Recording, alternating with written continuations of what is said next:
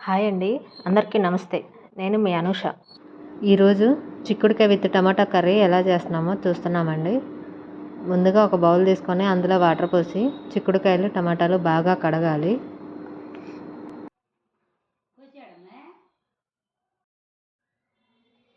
చిక్కుడుకాయల్ని డైరెక్ట్గా వండే కంటే ముందుగా ఒక బౌల్లో వాటర్ పోసి కొంచెంసేపు మరిగిస్తే చాలా బాగుంటుందండి, టేస్ట్ వస్తుంది.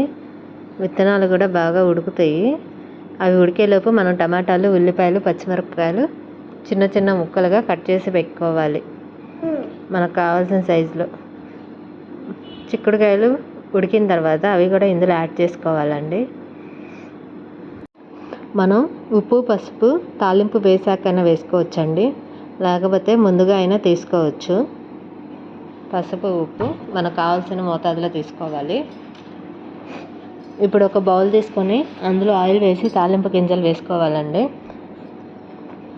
తాలింపు గింజలు వేగిన తర్వాత కొంచెం చిన్నులపాయలు టేస్ట్ కోసం, చిన్నులపాయలు వేగిన తర్వాత మనం ముందుగా కట్ చేసి పెట్టుకున్న ఆనియన్స్ వేసుకోవాలండి. ఆనియన్స్ కూడా కొంచెంసేపు మగ్గబెట్టాలి.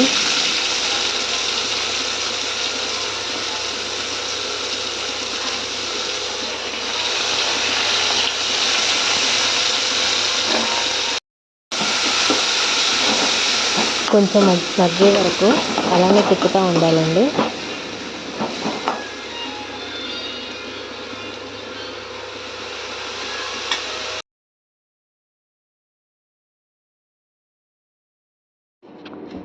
ఉల్లిపాయలు మగ్గిన తర్వాత టమాటాలు యాడ్ చేసుకోవాలండి.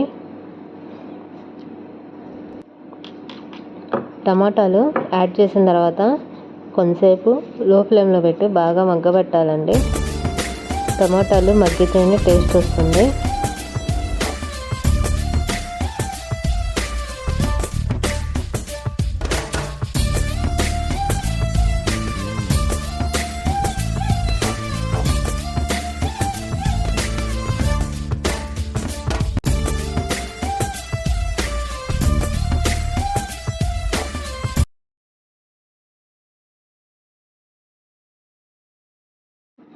టమాటాలు మగ్గేటప్పుడు మనం కొత్తిమీర యాడ్ చేసుకోవచ్చండి.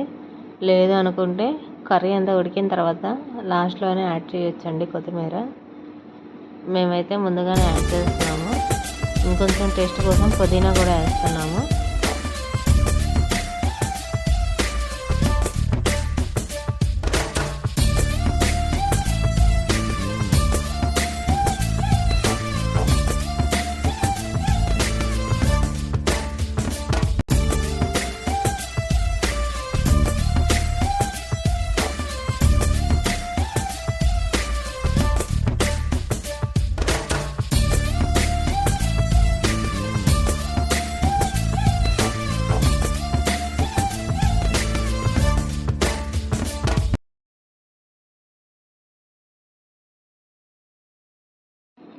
టమాటాలు బాగా మగ్గిన తర్వాత మనం మసాలా కూడా యాడ్ చేసుకోవచ్చండి.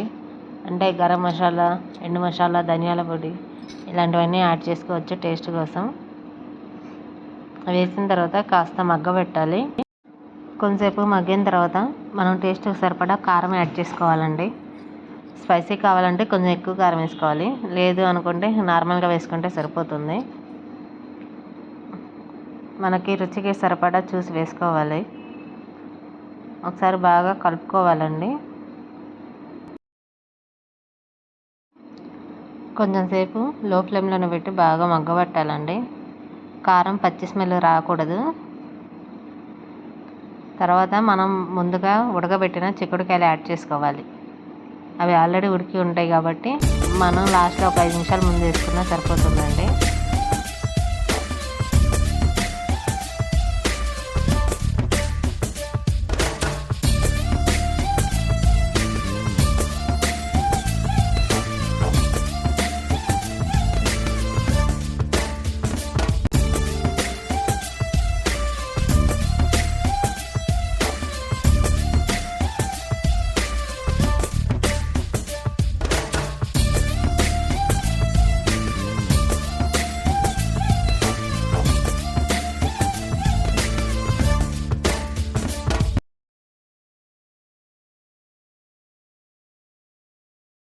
గ్రేవీ కోసం కొంచెం వాటర్ యాడ్ చేసుకోవాలి.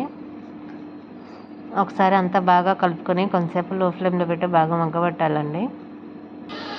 అప్పుడే ఉప్పు కారం ముక్కలకి బాగా పడుతుంది.